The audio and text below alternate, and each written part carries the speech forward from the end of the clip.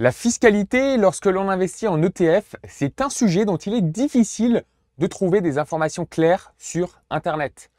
Dès lors que l'on parle d'impôts et de retenue à la source, comme nous l'avons vu la dernière fois avec les secrets du PEA, je reçois beaucoup de questions sur les ETF. Est-ce que la retenue à la source des dividendes provenant d'actions européennes en PEA est-elle la même lorsque la distribution d'un dividende provient d'un ETF? Y a-t-il d'autres impôts, directs ou indirects? Dans cette vidéo, nous allons décomposer en profondeur les règles fiscales sur les ETF. Petit disclaimer, évidemment, c'est un sujet très technique et très complexe dont nous ne pouvons pas traiter toutes les subtilités et tous les détails sur une petite vidéo de 10-15 minutes. Donc, je vais me concentrer uniquement sur les informations importantes et essentielles pour nous, investisseurs particuliers français. Donc, surtout les ETF dits UCITS, ce sont les ETF disponibles et régulés pour les Européens, avec comme exemple toujours le cas d'un investisseur français. Bienvenue sur la chaîne L'Investisseur Avisé. Si vous aimez le contenu, abonnez-vous et laissez un pouce bleu au passage. Pour parler fiscalité des ETF, nous allons décomposer tout ça en 3 niveaux. Le niveau 1, c'est la retenue à la source du pays de domiciliation de l'entreprise. LVMH, c'est la France, BMW, c'est l'Allemagne, etc. Le niveau 2, c'est la retenue au niveau du pays de domiciliation de l'ETF. Comment connaître le pays de domiciliation de l'ETF? Tout simplement en regardant le code ISIN de l'ETF, vous pouvez facilement le savoir. IE, c'est pour Irlande, LU, c'est pour Luxembourg, etc. Le 3e niveau, ça va être la fiscalité au niveau de l'individu. Encore une fois, ici, on prend le cas uniquement d'un investisseur français. Cette fiscalité va être différente suivant l'enveloppe utilisée pour investir, un CTO ou un PEA par exemple. Pour parler fiscalité des ETF, nous allons surtout nous concentrer sur le premier niveau. Une chose importante à connaître, c'est que la fiscalité de niveau 1, au niveau du pays de domiciliation de l'entreprise, va dépendre du pays de domiciliation de l'ETF. Tout ça car il y a des conventions fiscales entre les pays qui peuvent potentiellement réduire cette imposition de niveau 1. Exemple tout simple, lorsqu'un dividende d'une entreprise américaine est versé, si l'ETF est à réplication physique est un ETF luxembourgeois, les États-Unis vont garder 30% de ce dividende. Petite parenthèse, je précise bien réplication physique, car les règles vont être différentes si la réplication est synthétique. On en parlera en fin de vidéo. Donc, pour un ETF luxembourgeois, c'est 30% sur un dividende américain, alors que la retenue à la source n'est que de 15% si l'ETF est domicilié en Irlande. Moitié moins de retenue à la source, je pense que vous comprenez pourquoi la grande majorité des ETF sont irlandais et pourquoi certains émetteurs d'ETF changent la domiciliation de certains de leurs ETF luxembourgeois pour l'Irlande.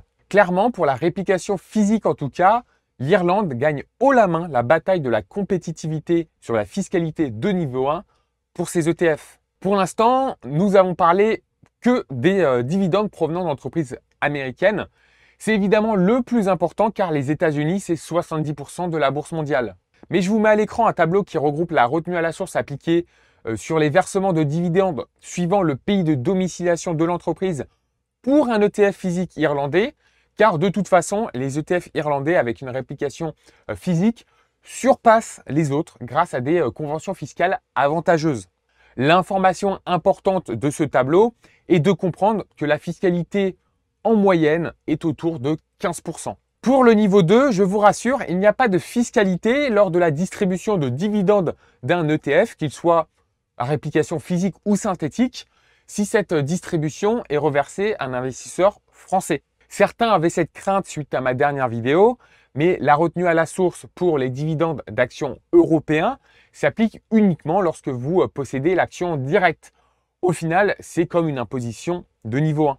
Pour les ETF, il n'y a pas, dans le cas d'un ETF domicilié en Irlande ou au Luxembourg, un quelconque impôt direct ou indirect supplémentaire. Pour le niveau 3, l'imposition au niveau de l'individu, il va y avoir plusieurs cas de figure.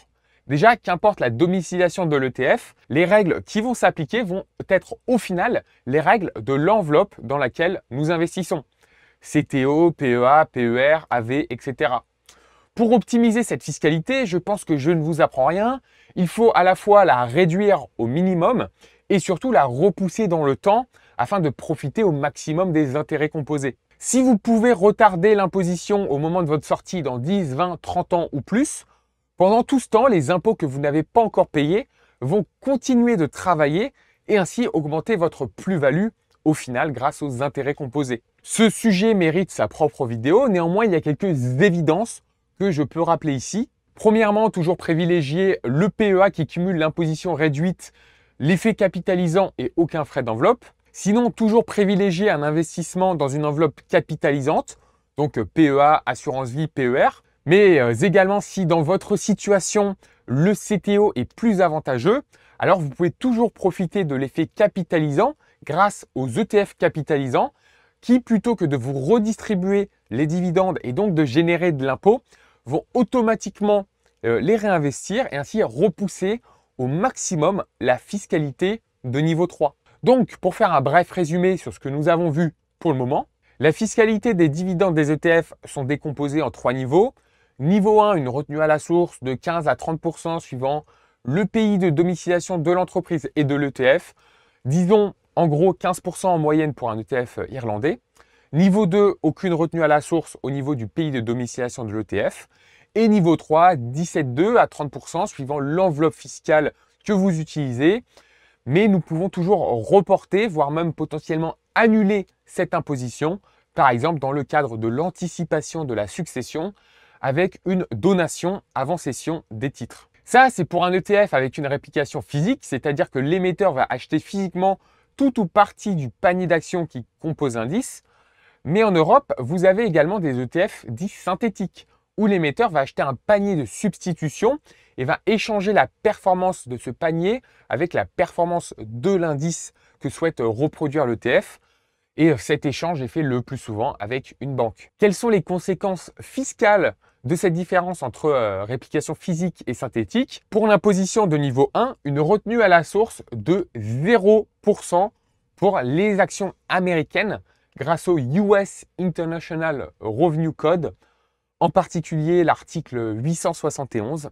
Bref, comme l'émetteur de l'ETF ne détient pas des actions américaines en direct, mais un contrat d'échange de performance, un produit dérivé, alors il n'y a pas de retenue à la source. Et nous allons le voir, cela peut créer une différence énorme entre les différents types d'ETF. Et c'est la transition parfaite vers la conclusion de cette vidéo, car au final, oui, c'est très stimulant de connaître le fonctionnement de la fiscalité des ETF, mais à mon avis, et c'est un avis logique qui est partagé par beaucoup d'investisseurs avisés, le plus important lorsque nous choisissons un ETF, c'est de regarder la performance finale de l'ETF. Par performance finale, j'entends l'ETF qui réplique au mieux son indice et qui délivre la meilleure performance. Et pour déterminer le meilleur ETF, le mieux c'est de simplement les comparer sur la durée la plus longue possible. Et sur Internet, nous avons des gens très compétents qui font le travail pour nous. Par exemple, avec cette excellente vidéo de Julien LR qui nous a comparé un bon paquet d'ETF SP500. Vous l'avez remarqué, les ETF synthétiques sont toujours les plus performants. Et grâce à cette vidéo sur la fiscalité des ETF, maintenant, vous savez pourquoi. Et pour finir, quand vous allez entendre désormais sur Internet un investisseur ou un créateur de contenu être fier d'avoir un ETF distribuant sur son CTO versant 6% de dividendes bruts, vous savez que les 6% de dividendes sur le papier sont au final diminués d'environ 41% à cause de la double fiscalité de niveau 1 et de niveau 3. C'est donc une catastrophe pour l'investisseur. Au final, c'est surtout une très bonne position pour faire profiter le fisc américain et le fisc français. Un investisseur avisé se concentrera pour réduire au maximum la collecte de dividendes en utilisant des ETF globaux sans biais dividendes, tout en parallèle minimisant l'impôt au maximum. L'impôt de niveau 1 en utilisant un ETF irlandais ou un ETF à réplication synthétique, l'impôt de niveau 3 en utilisant des enveloppes optimisées comme le PEA ou en utilisant de toute manière un ETF capitalisant afin de maximiser les intérêts composés au maximum en limitant les frais de réinvestissement et en repoussant la fiscalité. En tout cas, j'espère que vous avez apprécié la vidéo et n'hésitez pas à me poser vos questions en commentaire. Et si vous aimez la lecture et que vous voulez avoir quelques recommandations, je vous invite à consulter cette vidéo.